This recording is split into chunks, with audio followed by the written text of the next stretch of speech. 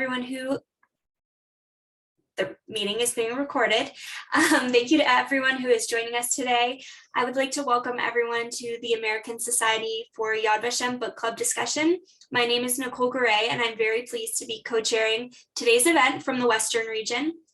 I became involved with the American Society for Yad Vashem a couple of years ago, participating in the virtual 6K run in honor of my beloved grandfather, Alex Garay, and grandmother, Sherry Garay, who were both born in Nové Zámky, Slovakia in 1921.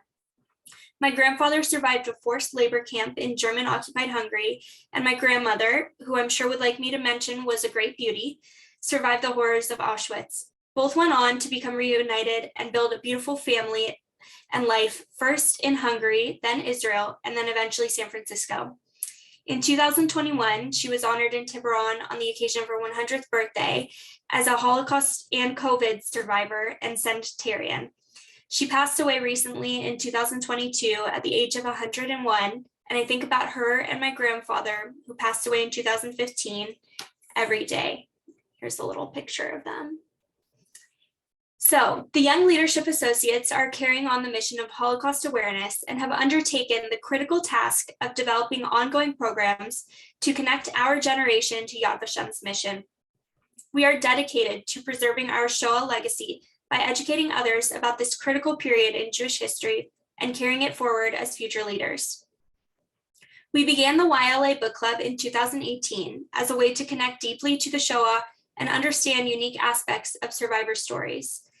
We have these discussions to never forget and to keep the lessons, stories, and memories alive. Because of its enormous impact, YLA made the decision to host the discussion, but open it to the entire ASYV community. A couple of points to take note of. I want to remind you, as you already know, that this program is being recorded. However, most of the event will be spotlighted on myself and the other speakers today. If you have any questions throughout the presentation, please share them in the chat box, and we will get to ask as many as possible later in the program. And now, a little bit about our speakers today. We are delighted to be joined by an ASYV leader from the Western region, Keren Perlmutter, who will be sharing her father's unique story with us, and will be joined by members of the Beyer family who saved her father during the Shoah. Keren Perlmutter, Ph.D., is an award-winning scientist, filmmaker, publisher, and public speaker. With a doctorate in electrical engineering from Stanford University, Keren was chief scientist and head of an international research and development division at AOL. She developed the revolutionary ultra-resolution film restoration process for Warner Brothers. Keren is a published author of many technical papers and has won numerous academic awards, and has been granted 39 patents for her inventions. More recently, she edited and published her father's #1 best-selling autobiography, Determined, the story of a Holocaust survivor, Avraham Perlmutter, in English and in Dutch. She created the award-winning documentary of the same name. She continues to share her father's life story by speaking at museums, schools, and other venues. She is also actively involved in multiple nonprofit organizations dedicated to Holocaust education, Holocaust survivor support, and other humanitarian causes. Henk Beyer is the grandson of Peter and Gertrude Beijers, the couple who hid Avraham for over a year in the Netherlands and who were recognized as righteous among the nations by Yad Vashem. Henk helped with the translation for the Dutch version of Abraham's autobiography and appears in Keren's documentary on her father's life story. Henk lived with the Perlmutter family for 5 years in the late 1980s. Jerome Beijers is Henk's son and helped with the translation for the film and the Dutch version of the autobiography. Jerome stayed with the Perlmutter family for 3 months in 2019 through 2020. It's so touching to see how these families have stayed in contact after the Beijers saved Abraham's life. And now I want to introduce our first speaker and my co-chair for today's program, Keren's nephew, Josh Perlmutter. Josh is 23 years old and lives in Los Angeles, California. He's had a lifelong passion for baseball and attended the University of Oregon on a baseball walk-on scholarship. Josh has a degree in economics from UC Santa Barbara and currently works at IEQ Capital, an independent investment advisor in Los Angeles. Josh's grandfather's story of survival during the Holocaust has had a profound impact on him. He is driven to share it with others as he believes it has the power to make a difference in people's lives. His grandfather's resilience and determination instilled in Josh those same values, which he applies to his own life.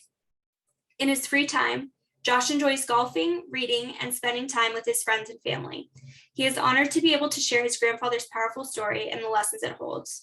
Josh, it's so wonderful to have you here today. I was fascinated by your grandfather's story and the trials and tribulations he faced while in hiding.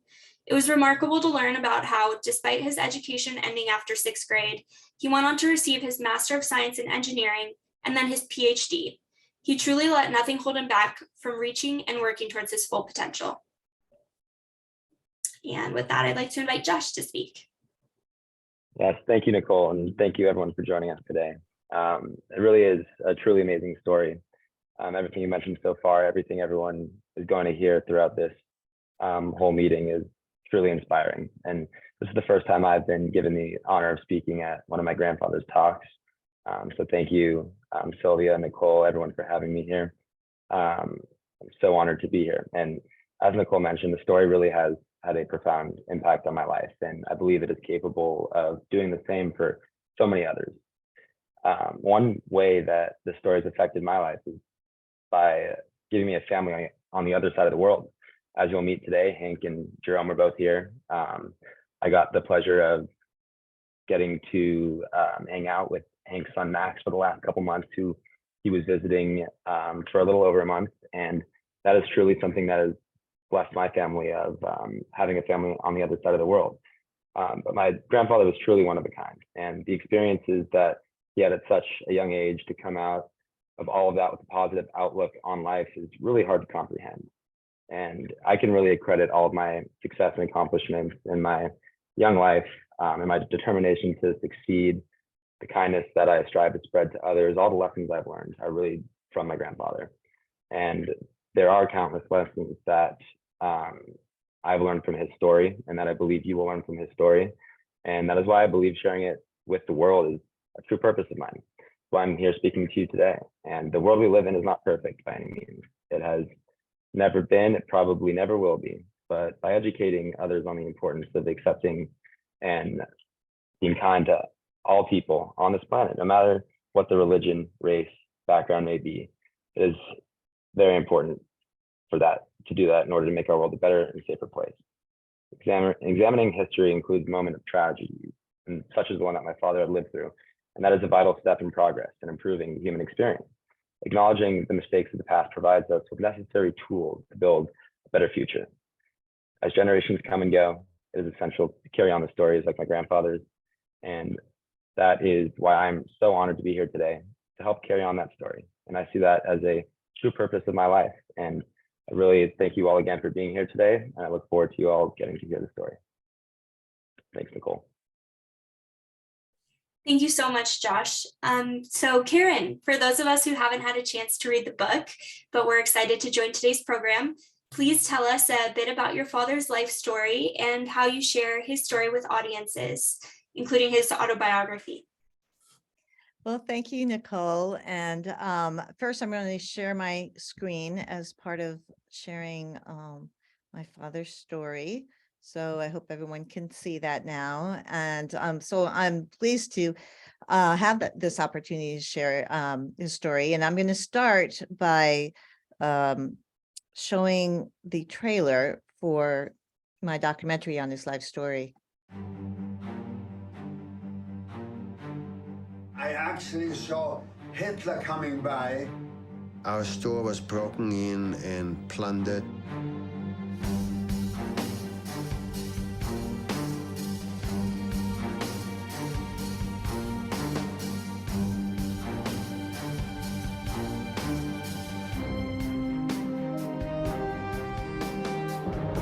All of a sudden, I saw Germans.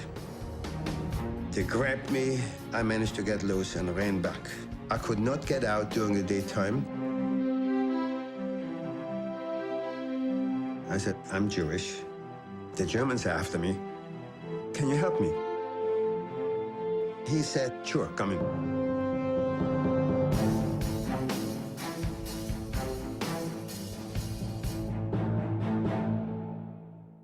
So now I'm going to expand a little bit more on my father's life story, and including some of the lessons from his story and some of the ways I'm sharing it, including with his autobiography. So my and then we'll have a chance to hear from Henk and Jerome, and then we'll open it up to questions. So my father was born in Vienna, Austria in 1927, and he lived with his parents and his sister Taya, who was 3 years older than he was, and they grew up in a very religious household. And my father was a very wild child. When he was 2.5 years old, he ran away from home to explore the city. And when he was 6 years old in first grade, he was kicked out of school for misbehaving. But these personality characteristics, being wild and adventurous and wanting to escape, these helped him later on to survive during the war. Life was relatively normal for him until March 12, 1938, when Germany announced the Anschluss or union with Austria. At the time, my father, who was 10.5 years old, he saw a crowd gathering on one of the main streets. And when he went to see what was going on, he actually saw Hitler entering Vienna. And after the Anschluss, the situation became very bad for the Jews. This was epitomized by Kristallnacht, which happened on the night of November 9th to 10th, 1938. His parents, my grandparents, asked my father to check on their textile store. And when he did that, so he was on the streets and he saw that their store had been vandalized, and also a synagogue in which he had attended. And my grandparents, they tried desperately to have the family flee from Vienna, but they were repeatedly refused. And so they decided to send my father and aunt to the Netherlands via Kinder Transport, because my father had an Aunt Annie who lived there.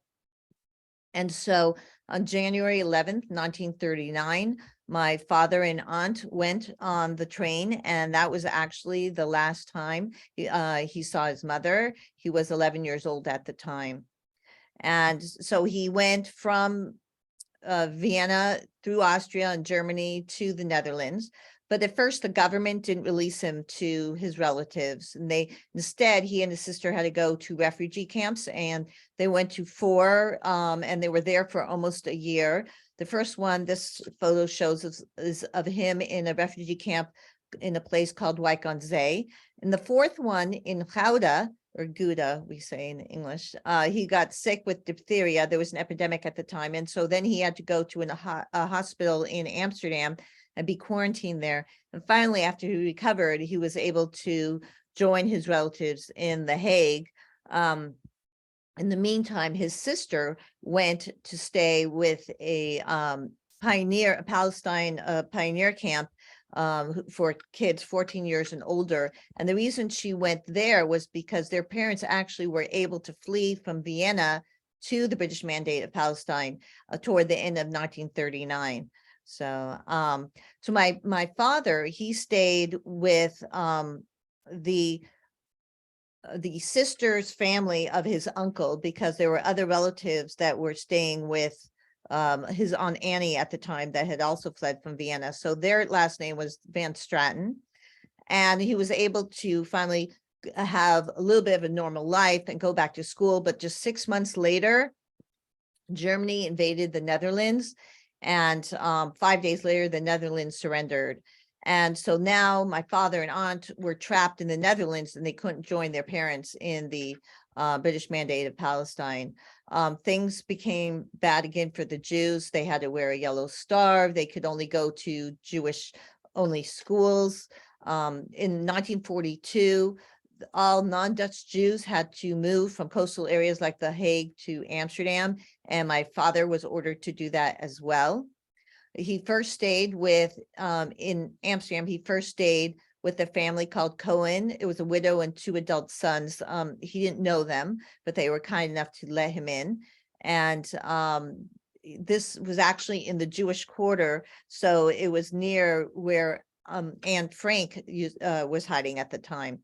And he was able to go to a Jewish-only school for a short time, but then all Jewish schools were forced to close. And in the meantime, every day, the Nazis would come and pick up Jews and bring them to the local deportation center. It was renamed the Jewish Theater, and between 60 to 80,000 Jews were congregated there at some point, and then sent first to the Dutch transit camp Westerbork, and then to one of the extermination camps like Auschwitz or Sobibor. And one day in March 1943, when my father was 15 and a half years old, the Nazis came specifically for him at the Cohen house, and they took him and they took one of the Cohen sons and brought him there. And my father, he saw hundreds of people there, sitting there, sad and resigned. He didn't know what was going to happen, but he knew it wasn't going to be good. So I'm going to let my father say what happened next in the following clip. My idea was not to be shipped off. I looked around and I saw there were a number of exits, and every exit was manned by a couple of soldiers, German soldiers. And every couple of hours, they changed. Another group of soldiers came over there. Sometimes the two of them went to get the next group. When that occurred, I said, hey, that's an opportunity. Okay. I mentioned this to one of the Cohen fellows. I said, hey, let's get out of here next time when that happens. Oh, no, it's too dangerous, they'll shoot us. Well, I didn't care. Next time it happened, I took off. I ran back to the Cohen family house. So unfortunately, he found out that years later that the Cohen son that didn't want to escape with him, that he was shipped off to an extermination camp and killed shortly afterwards. So Mrs. Cohen said that he couldn't stay there because the Nazis would come back looking for him. So he decided to hide in the backyard and behind some bushes and try and figure out his next move. And luckily, the very next morning, a lady came from an underground organization asking him if he wanted to go into hiding. And the reason she came was because you remember his sister was in this pioneer camp from Listrecht, and the counselors had found out that Nazis were going to come and take away all the children. So they contacted a man called Jupp Westerveld. He was non-Jewish, and he had an underground organization, and they subsequently hid all the kids from Listrecht. So then my aunt asked if they could find my father and see if he wanted to go into hiding. And she knew that he was in Amsterdam, but she didn't know that he had been arrested and that he had escaped. And luckily, just a few hours after he escaped, the lady found him. And so the lady directed him to the train station and then to another location in another city.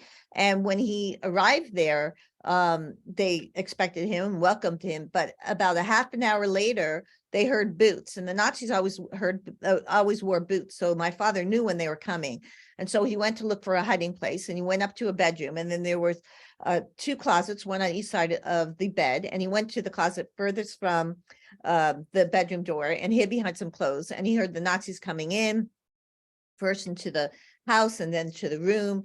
They looked in the first closet, didn't find him there. And as they were walking to the second closet where he was hiding, all of a sudden my father felt like hiccuping, and so he had to choke himself in order to not make any noise. And they opened up the closet door, but luckily they didn't look behind the clothes and they didn't see him. And they left, but they said they were going to come back and look again. And so then my father hid in a coal box in the backyard. He was just able to cover himself when they came back, but luckily they didn't find him again. And left and said they were going to come back the next morning. So he decided it wouldn't be safe to stay there. So he thanked them, and he went down a few houses and just knocked on a random house. And a young man opened it, and my father said, "I'm Jewish. The Nazis are after me. Can you help me?" And the man said yes. He was standing there with his young wife, and they were holding a small baby. And so this family was risking their lives for this teenage stranger. And so they hit him. And luckily the next morning, this lady found him again in this house and directed him to another location where he reunited with his sister for a few days, because that's where she was hiding. And then they were moved. My aunt moved to a city called Eindhoven, and my father to a city called Rotterdam. And there, the first place he hid was in a apartment building where he was told to always crawl on hands and knees because otherwise the Nazis could potentially see him through the windows. So he was there for a few weeks, and after that was moved to another location where there was a teacher and 2 boys. And there, my father decided, well, I have nothing to do while I'm in hiding. I might as well learn something. So he decided to learn languages, and he'd already knew German and Hebrew and Yiddish and learned Dutch when he first got to the Netherlands. And then he subsequently learned English, French, and Spanish while he was there in hiding. And in the meantime, every day the teacher went out because he wanted to write a book about the conditions of Rotterdam during the war. It was not a smart thing to do. And one day he was caught and he was forced to reveal to the Nazis where he was hiding. So the Nazis came to the location where my father and 2 other boys were hiding, but luckily they heard the boots and they were able to hide behind furniture. And so the Nazis didn't find them. But then my father figured it wouldn't be safe to stay there. So they left and the boys decided to split up so it would be safer. But my father had only gotten a couple blocks when he was stopped by a Nazi soldier who asked him for his ID, which he didn't have and it wouldn't have mattered anyway. And they put him into a police van. And my father's first thought was, well, I have to escape. And the Nazi was sitting in front with a Dutch driver. And in the back, my father was sitting on a bench across from 2 Dutch policemen. And my father knew that most of the Dutch were anti-Nazi. So he figured maybe they let him escape. So he started moving toward the back doors of the police van. And he saw that they were talking to each other, kind of ignored my father. And he thought, oh, that's a good sign. And then when the truck went to slow down to go around the corner, my father got up, pushed the doors open, jumped out and ran away. And the policeman didn't start shouting until my father got about half a block or so. So they gave him time to run away. And then my father stopped a random man on the street and again said, I'm Jewish. The Nazis are after me. Can you help me? And the man said yes, and brought him to a member of the underground named Jan Smit, who subsequently brought him to that first location where my father had been hiding. And so my father stayed there for a few days. And then he was moved to Eindhoven, where he reunited with his sister for a few days.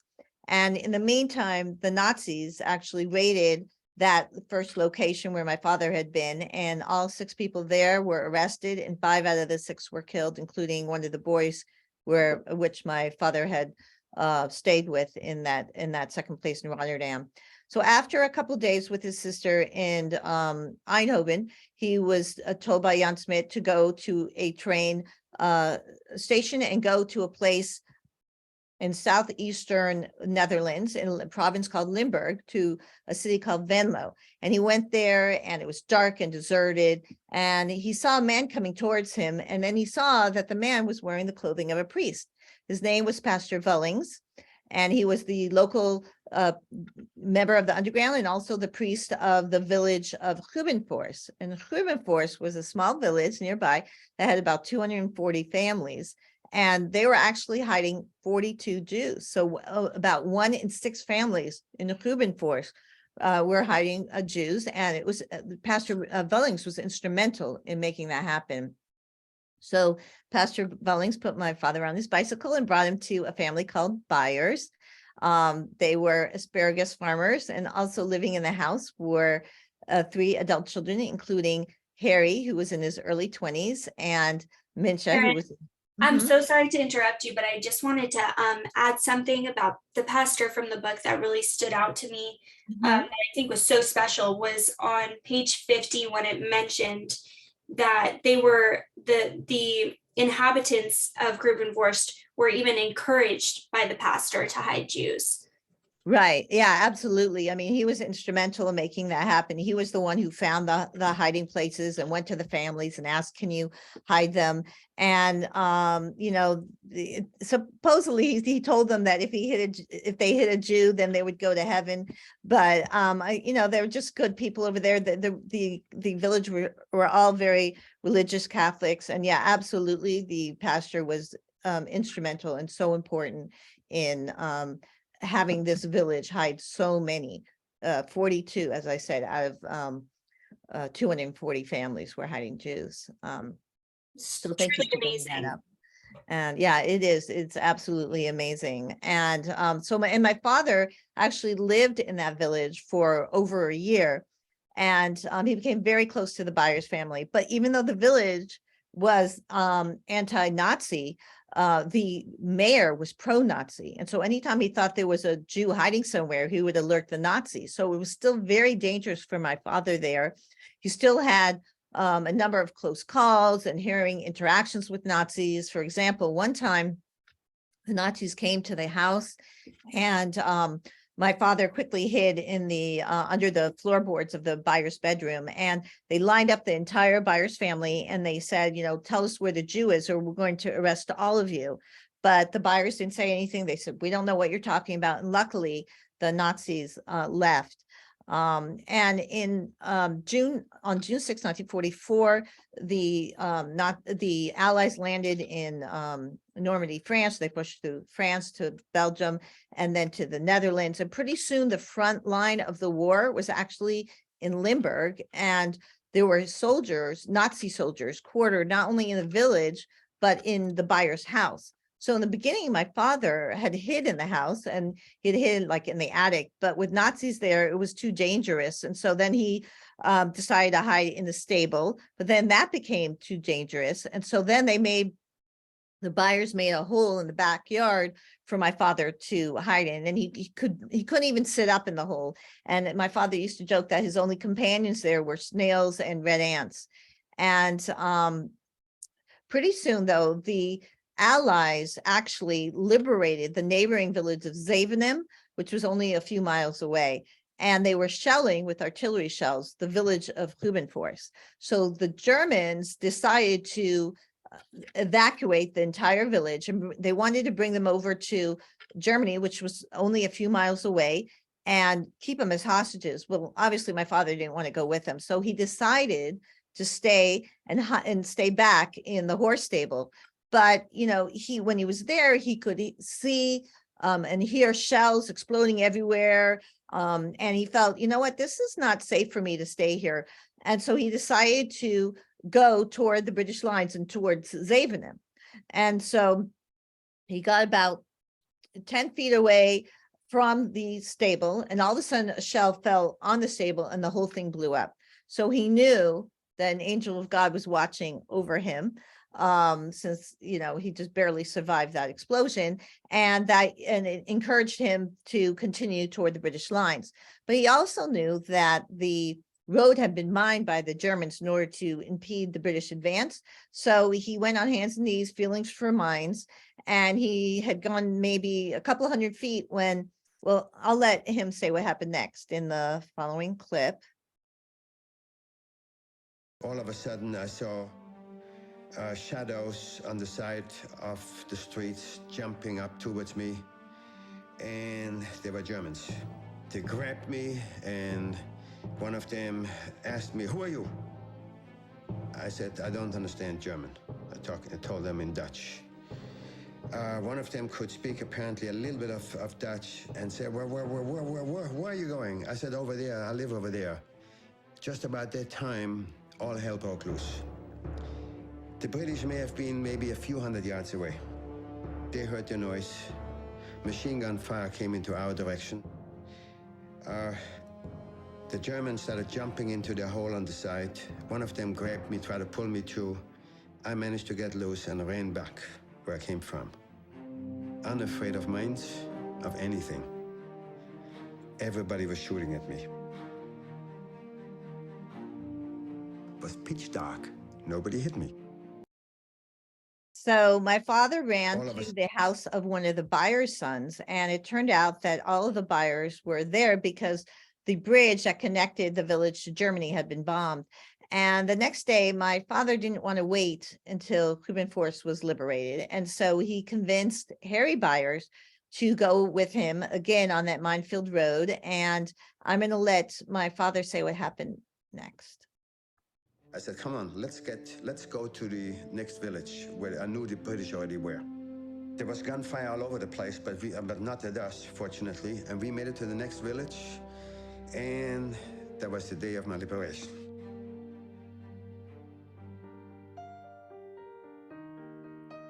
the feeling, it's indescribable, of suddenly being able to walk around without fear,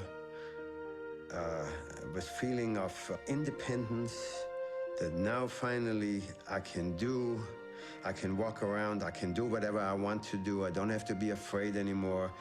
I wanted to defend myself. I wanted to actually be a soldier. So my father went up to the British soldiers and asked them if he could join them, and they gave him a British uniform, and he became a translator for them. And soon afterwards, the British they liberated Cuban force as well. About a month or so later, the Jewish Brigade, who were part of the British Army and from the British Mandate of Palestine, they came looking for my father, and they asked if my father wanted them to help him go to Palestine via France. And my father was sad to leave the Beijers because they were his family now, but he wanted to reunite with his parents. So he went with them. But when he got to France, he had a high fever. He wasn't feeling well. He went to a doctor, and the doctor actually said it was a good thing he came when he did, because he had blood poisoning. And if he would have come a day later, they would have had to amputate his leg. But luckily, he came when he did. And so he was giving medication and his leg was healed and he got to keep his leg. In the meantime, in France, he found out that the war had ended. He also found out that all of his Dutch relatives and many others were killed by the Nazis, mostly in Auschwitz. This included his Aunt Annie and her entire family, as well as the Van Stratens, the family where he had stayed for 2 years in The Hague. It also included his grandparents who had fled from Vienna to Belgium, as well as his young cousins who had gone on the kinder transport with him from Vienna to the Netherlands, as well as their parents. He found out that although the Westerville group had hid about 200 people, about 20 of the 50 kids in that Le Streff group had been murdered by the Nazis. He also, we learned later, of course, that more than 75% of the Dutch Jews were killed by the Nazis. So of the 140,000 Jews in pre-war Netherlands, only 35,000 survived. He also found out that his sister had been caught when trying to cross the border with Joop Westerville, who was the head of the underground organization. And so she was sent to Auschwitz, and he didn't know what happened to her until months later. And tragically, Joop Westerville was executed in the Dutch concentration camp Vught in August 1944. And Pastor Vullings, who we talked about earlier and was instrumental in hiding so many, helping to hide so many Jews in Cuban force, he was arrested by the Nazis, and he died in Bergen-Belsen in 1945. And but my father, because his parents were in the British Mandate of Palestine, he was able to go there. And so he went on a British military ship in July of 1945. And at first he was in an elite refugee camp, and then his father came to get him. And sadly, he learned that his mother had passed away just 2 weeks before his first letter arrived saying that he had survived. So she never knew that he had survived. And so his parents had started a jam factory in Tel Aviv. So he went to Tel Aviv with his father and worked there. Pretty soon took over the operations. And about a month or so later, they received a letter from Taya, his sister Taya, saying that she was alive. She had survived Auschwitz and also the death march. And then she joined my father and grandfather. And on November 29th, 1947, the UN voted to partition the land into 2 parts, one for the Jews and one for the Arabs. The Jews supported this, the Arabs did not, and escalated their attacks against the Jews. And so my father joined the Haganah. And then on May 14th, 1948, the British left. Israel declared independence, and 5 Arab armies attacked the same day. So my father joined the Israel Defense Forces and helped establish the state of Israel. During one of his experiences, when he was in the military police, he was wounded and he ended up unconscious for a few days. But luckily, he recovered and he was discharged from the Army as a wounded veteran. And my father had always wanted to be an aeronautical engineer, but he had only had up to 6th grade. But he found out that if he had passed a University of London entrance exam, then he could apply to any university. So he studied and passed it, and then found out that the best schools were in the United States. And so he decided to apply there. And the first place he went was to Georgia Tech in Atlanta, Georgia, and he got his bachelor's degree in aeronautical engineering there. And then afterwards, he graduated in 3 years because he was 24 and the rest of the students were 18. So he was in a hurry and he graduated top of his class. And then afterwards, he went to Princeton for his master's degree. And he also met Albert Einstein there and had a nice conversation with him in German. After that, he went to Philadelphia to work, and that's where he met my mother, who was from Massachusetts, and they were married the following year. And then after that, he went and received his Ph.D. in aeronautical engineering from the University of Pennsylvania. He started his own company, and they invented a number of interesting products, including an image stabilization system that won a Scientific and Technical Academy Award. And then he sold his company as part of the deal to run the West Coast office. He moved to LA, and over the years, he subsequently founded a number of other businesses. And then also my aunt and her family and their father also moved to Los Angeles. And my parents were married for 62 years and had 4 children and 5 grandchildren. And the Beijers, who still live in the Netherlands, and our family remain very close today, and we visit each other often. For example, as Nicole mentioned earlier, Harry's son, Henk, who is here with us today, stayed with us for 5 years. And more recently, Hank's children stayed with us, including Jerome, who's here also today. And as Josh mentioned, his brother Max just stayed with us for 1.5 months. He just returned home 1.5 weeks ago. And one summer also, my sister and I lived in the village of Rubenforst, just down the street from where my father hid.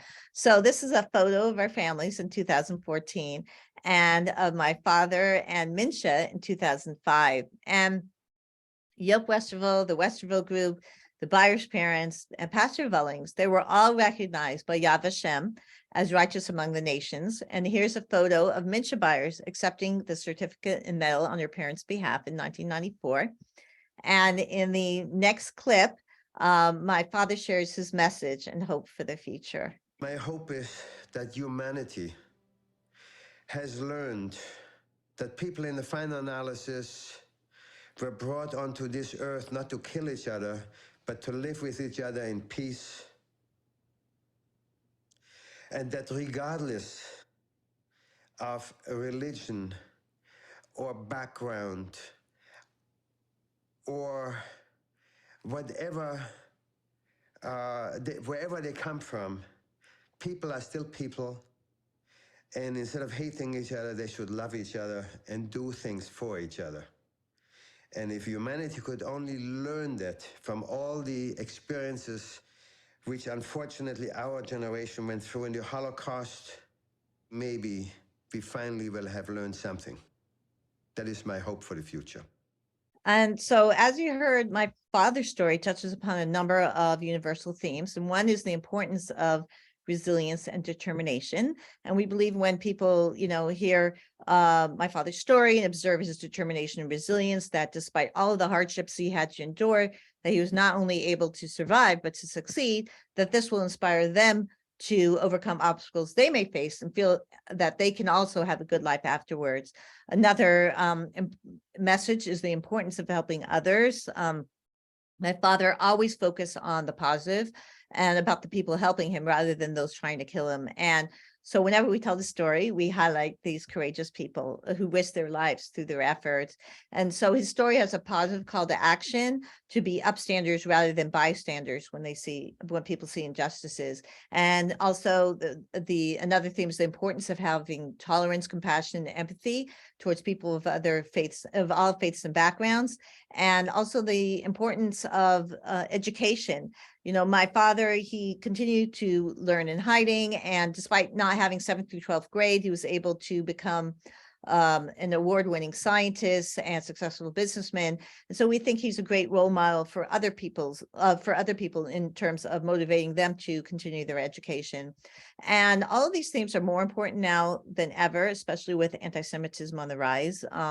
The ADL, for example, said in 2021, America had the highest number of anti-Semitic incidents since tracking began in 1979. And so sharing his story is not only about educating people about the past, but also inspiring them to do the right thing in the present and in the future. And because the lessons of the Holocaust are timeless, we thought it was important to continue to share his story in multiple ways for future generations. And as a child of a Holocaust survivor, I felt I was in a unique position to share his story, and as a result, I became more actively involved. My father had started writing his story over the years, and he had done the Shoah Foundation testimony in 1997. And by 2005, he had like a first draft. And so I encouraged him to write more of his life story, and not only about his experiences about the Holocaust. And then I started also to add to the book and to edit it. And then in 2014, we published the book. And I should say, though, that actually the first step in getting the materials is doing the research. And so I looked through a number of different archives online and non-online, from museums and also from Yad Vashem and other places. Went and visited the locations where my father had stayed and was hidden, and looked through photo albums. And after compiling all this information, I found really interesting things. For example, I found photos of him. This is one from when he was at the Dreibergen refugee camp in 1939. He had joined the soccer team there. Also found a document that his Aunt Annie had written to the Dutch government asking that my father and my aunt and their cousins come on the kinder transport. So, and this is actually signed by her. And then, as I mentioned, I published the book in 2014. It became an Amazon bestseller and a Wall Street Journal bestseller, and won a number of awards. It's available in a number of locations, and Amazon and other museums. It's been incorporated into the curriculum of various schools and been in book clubs around the world, including this one. And then we published the book in 2017 in Dutch, and the Beijers, Jerome and Henk, very much were involved with the translation of the book. And then I also created a documentary about my father's story. Some of you, I'm sure, have seen it because it was available this past week. And also the clips from today were taken from the documentary. It premiered in 2020 and won a number of awards. And I also developed a study guide for the film in the book. And over the years, we've given a number of talks to museum schools and other venues. And I think this is especially important now, since sadly my father passed away 5.5 months ago, just 1.5 weeks before his 95th birthday. And so if people want to know more about his story, they're welcome to go to our website, determinedstory.com, our Facebook page, or contact me directly. And so I wanted to thank you for listening to his story. And now I'd like to reintroduce Henk and Jerome Beijers. As I mentioned, as Nicole mentioned, Henk is the grandson of Peter and Gertrude Beijers, and Jerome is the great-grandson. And I'd like to start by first asking them a few questions and then opening it up to the audience. So Henk, I was wondering if you could tell me how my father's life story and your grandparents' actions on saving him impacted your life and your perspective on the world. Well, it's something. Your father was there all my life to start with. So the story is about, what he experienced were in part already as a little kid known to me because they were going around in the family, obviously. And it was always, he was a very inspiring man. And it is exactly as you said, his emphasis on education, about being good to each other, but also don't do that in a very natural and normal way. There was never in your family any hectic or whatever. It was a very happy going, so to speak, what, you know, giving his background and what happened might have been otherwise. So what it brought to me was that, you know, there are many perspectives in life, and you have to respect everyone and everybody in his own way and regard. So that's what I got out of it. And especially when I had these speeches with him together when it was in the United States, these were very special moments because, you know, when it started with the Spielberg Foundation, that's when he started to talk about his history. And before that, he did not, well, in a small circle, he did talk about it, but not, you know, for an audience. Right. I Well, thought it was very brave of him to do that and to come to terms with that past. yeah, thank you, Hank. Already, And it was very special. and Jerome, how much of your family story with my father did you know while you were growing up? And what is your perspective on your great-grandparents saving my father? Well, we grew up with that story. So when we were little kids, then we would hear about how Av used to live with our family in the Netherlands during the war.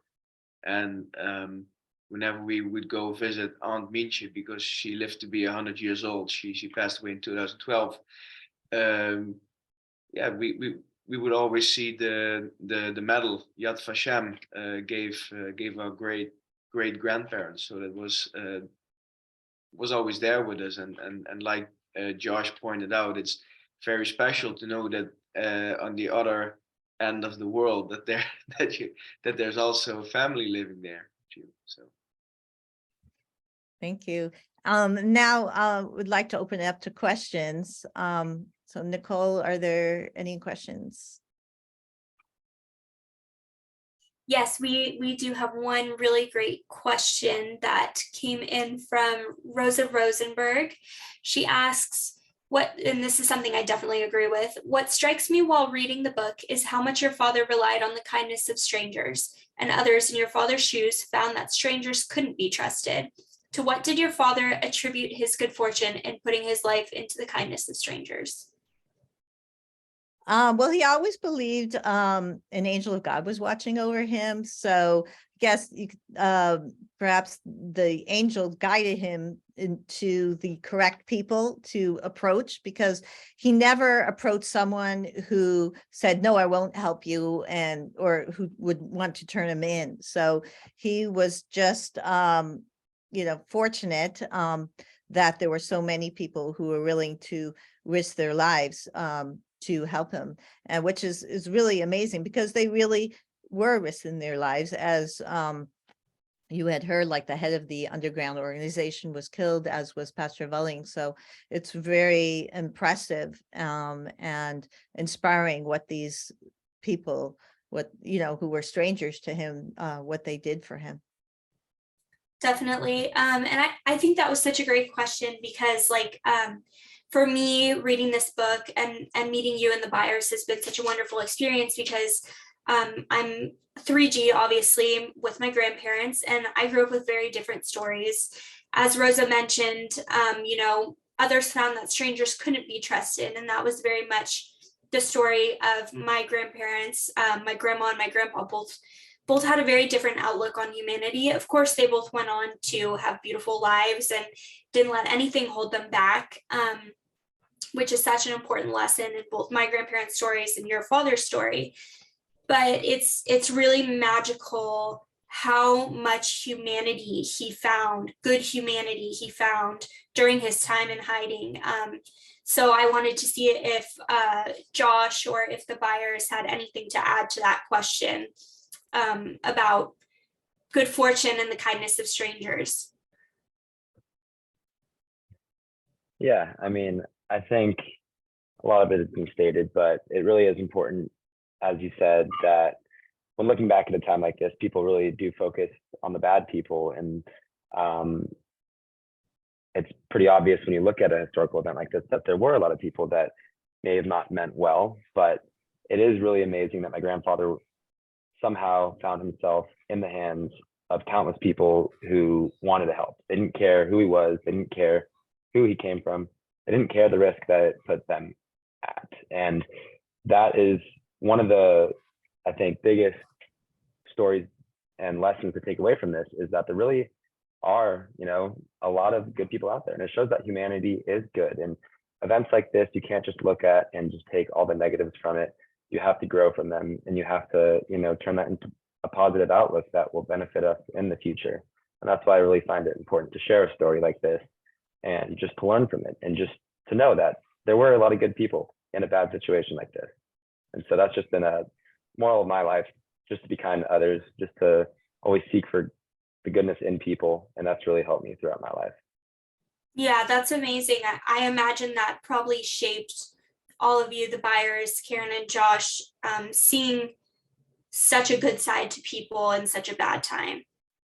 And I just want to add to it exactly what you're saying in terms of the impact on all of us, the descendants. And so, I think it's very inspirational, because when you do an act of kindness to someone, may think, oh, it helps them in the moment, or it's beneficial for me. And also the person who's giving help, appreciates it. But it's pretty powerful to think that it has an impact for, many, many decades later and on many generations later. So something you're doing today has the power to have an influence, 80 years into the future. And that's something that people should, I think will be really inspirational for motivating people to help someone that they see in need, because like the power that has and the impact. Do the Beijers have anything to add? Yeah, Jerome, you? Well, I think it's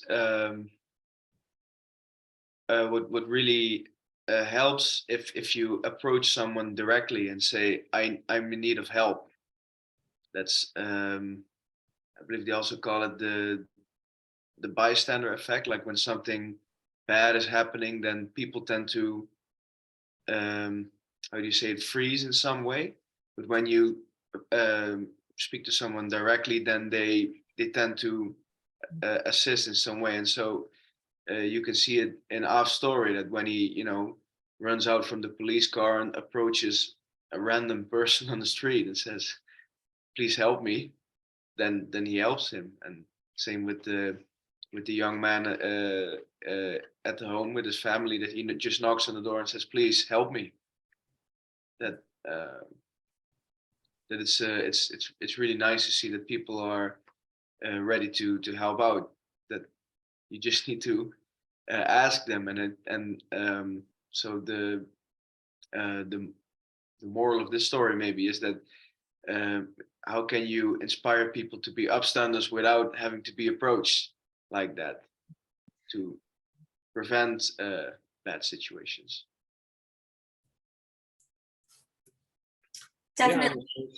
Yeah, we spoke just before we started. We were talking together about the rise of anti-Semitism, also unfortunately in the Netherlands, and also that they had a survey conducted over here, where lots of youngsters didn't know about the Holocaust, or denied it even, that it ever happened or happened in the way history unfolded it. And that's a pretty scary thing. And it's, something that's been 70 or 80 years on. And then it's kind of, hushed with the blanket of history. And of course that should not happen. So therefore these stories are also very important, to tell the stories and to give, perspective to it in a discussion that very easily can get out of hand. I mean, there are many Jewish people in the Netherlands who are not, comfortable showing that they're Jewish, going out with a capital or whatever, because they're spoken to or they're not treated very nicely, and that's really an issue. Yeah, and for everyone listening, the survey that Henk was mentioning was that a recent survey indicated that 25% of Dutch young people believe the number of Holocaust victims is either distorted or didn't happen. So I know a question that came along with that for the Beijers was, what is the current atmosphere in the Netherlands and how do we combat that? Yeah, well, the atmosphere is unfortunately that in the sense of politics, it's also part of the problem, because there are certain parties in the Netherlands that are kind of saying this and then they're saying that, and science is not happening. Like in the United States, it's not just in the United States, it's also over here in Europe. So denying what happened, denying the truth, and then saying this and then saying that, but in the mix of it, it becomes very uncomfortable for people who belong to minorities. And so the most dangerous thing that can happen is that, that we're looking the other way and not addressing it and not speaking up and saying, well, something needs to be done. This cannot go on. And it's not happening where we live is a small town. There is very little that you notice of it. It also has to do because there are not that many minorities living in a village like that. But if you go to Amsterdam or Rotterdam or Utrecht, it's not that pleasant, I think. It's not yet that you say, oh, but it's, it's becoming uncomfortable, unfortunately. Well, we are getting close to wrapping up, so I'd like to leave this on a more positive note, and I'll ask one last question for Josh, unless anybody has anything else they want to send. Josh, how do you hope to carry on keeping your grandfather's and the Beijers story alive for future generations, including your own future children? Yeah, I think when just to reflect on today, just more events like this where I can participate is going to be a big way on how I carry it forward, whether it is through the talks that my aunt gives and kind of taking on that legacy that she has carried on. And it is important that it carries over generation by generation. You can see how she's made it her life mission to carry on the story. And I see that as my responsibility to do the same. And there will come a day where maybe I will be leading these talks the way she does, and going to schools and going to whoever it may be to spread not only just his story, but the lessons from it. And another big, I think, impact will be just the fact that my family and the Beijers family, just keeping our family so close together, one, just because we all love each other, but that just also shows the power that such an event and such a tragic event can provide, and the bond that it has created between us and just the kindness between our families. And I think the lesson of our relationship really should be, there's a lot to learn from that for others in this world. And so just being active, just by educating others, and just by, voicing just the importance of historic events and how we can learn from them will be a big part of my life going forward. And that's how I plan to carry this on. Absolutely, that's great. And much like you, that's why I got involved in YLA and American Society for Yad Vashem. So everyone who's joined us today, Josh and I want to thank you for joining the book club.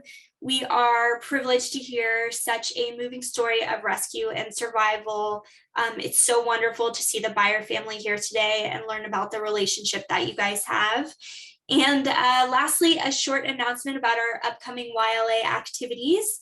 We are very excited about our upcoming YLA Gala on March 30th at 7 p.m. So for those of you who are in the YLA demographic, we would love for you to join us. And for those interested in sponsorship opportunities, that is for any age range, you are welcome to look at this information and see it on the website. Lastly, if you're interested in becoming more involved with American Society for Yad Vashem, please reach out to Dana Shakerchi. We will put her email address in the chat now. We hope to see you soon, and thank you all for joining. And again, thank you so much, Keren, for that wonderful presentation. To Beyer family from all the way far away where you are for joining us at this hour. And Josh, I know you're working, and everybody who took time out of their day to join us, thank you so much. And we hope to see you at the next book club. Yeah, thank you. Thank you for the American Society for Yad Vashem for hosting, and for you and Josh for co-chairing, and of course the Henk and Jerome Beijers for participating as well, and for everyone to listening. So thank you, everybody. Bye-bye. Bye, guys. Thank you.